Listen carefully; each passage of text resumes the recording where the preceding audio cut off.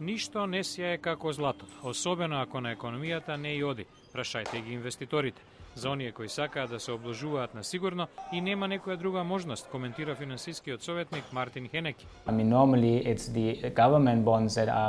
Вообичаено, владините обврзници се сметаат за таква крајна гаранција, но што ако и тие не се безбедни? Да чуваме пари под перници, ќе ги изеде сегашната инфлација. Оттаму инвеститорите се повеќе се вртат кон златото. Задолженоста на некои европски земји и намирите на Блискиот исток има удел, но стручњаците сметаат дека намалените очекувања дека Американскиот конгрес ќе постигне согласност како да го намали националниот долг, дефинитивно ја напумпаат цената на златото.